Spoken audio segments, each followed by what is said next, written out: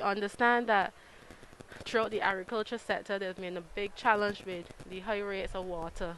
So we would like to find out from you how that has been impacting on you. Well, closer to the end of 2018, that's when the water rate would have went up, and it would have gone up around the region of 125 to 150% from the general garbage collection and sewage taxes and so on. And then that had caused a bit of a hindrance in regards to running the business. Operational costs has went up, along with other costs across the country, whether it be it fuel or insurance or whatever the case. All the input costs went up. So it was a bit of a challenge, especially after in 2019 we had experienced COVID around, I would say, just after March or so. So it was a bit of a unfortunate situation to be in. So before the rates was introduced, you could give me an idea how much a bill was like Well, it was a at few any thousand. particular. I won't give you an exact figure, but a few thousand, and it went up twice that, twice and a half then. So if you had $1, then you had, $2, $3. It's a bit of a startle, to be honest with you. Um, I know there's a lot of talk about recycling water, but I know exactly when it comes to birds, birds are very sensitive. So this is not something that you all could like apply to operations. Not in this particular area. Maybe in the processing plant, there may be an opportunity. We do have desalination across the country in some cases, and other foreign other countries regionally as well. So for the farming, it will be a bit difficult at this time to really reuse water or to have an additional desalination or a water treatment plant as well. But it is something that we can consider for the country to help reduce costs, to manage our bacteria count, and so on. I know with the promise by the Prime Minister that you all would get a new water rate that would be much lower than what it is right now. How do you feel about that? Fantastic. Granted, the government has costs to run; they have to have a sensible revenue, and we all have to support the country. And very well, good job being done by this government as well. We do see a bit of a growth in the country overall. It is a very difficult time to run a business, with the constraints of COVID and other factors that will cause that. But I would say at this time that it's good news for all of us. It will encourage agriculture to grow in Barbados as well. As any manufacturer in Barbados has to understand that we will always have variation in costs. And that's not just here, that's globally. But especially being on an island, we have to manage our costs very carefully, manage our operation very carefully. And now we could maybe look at running the business a lot more comfortably, and also maybe even look at our pricing as well, where we could become more competitive to secure local food production. And I always say, I did an interview a while back, and I did say, we as an island, we are pride in industry, right? And for what I see, I'm a Bajan, I born here, I bred here, everything, I went to school, everything, you name it. And if we don't be careful, we only have pride. We won't have any more industry. And we have to secure the industry.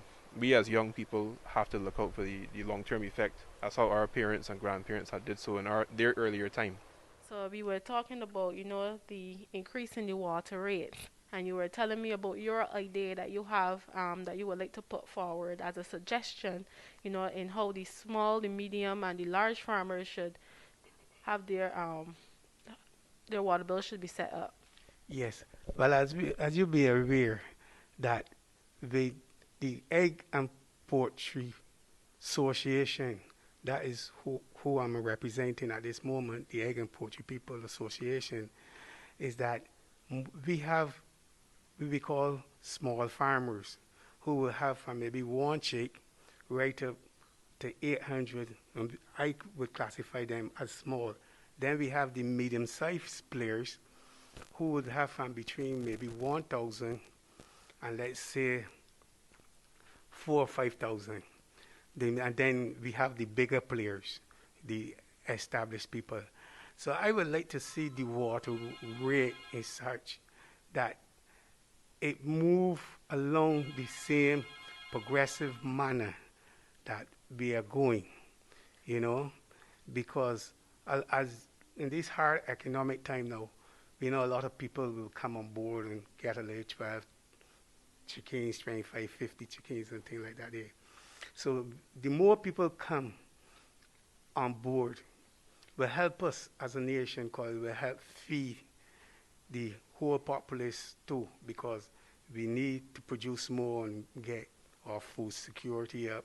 So we're looking to do the increase in numbers in broilers and eggs I think for our industry, looking at something like we want to target something like 10 million chicks a year. So if we can produce and make sure we can satisfy, I know that we can satisfy the demands in the local market as far as poultry is concerned. And for eggs also, we want to make sure that there's no shortage when the seasonal periods like Easter, Christmas time, where there's an increase for eggs. So we, if we function properly and keep it as it is, we can develop and go on and produce and make the industry more a very strong and viable one to the economy of Barbados.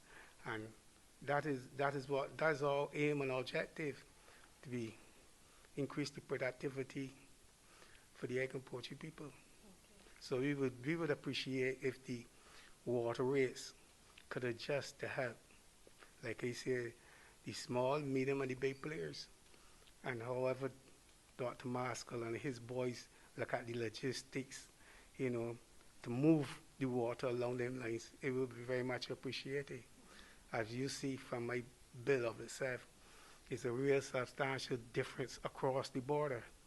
But if we was looking at it now and saying, well, we will look at the numbers and things like that there, then you can say, well, okay, the fella at the bottom, you go down on him a little higher percent than we expect, and the one in the medium, that and the one at the top. So we adjust it accordingly.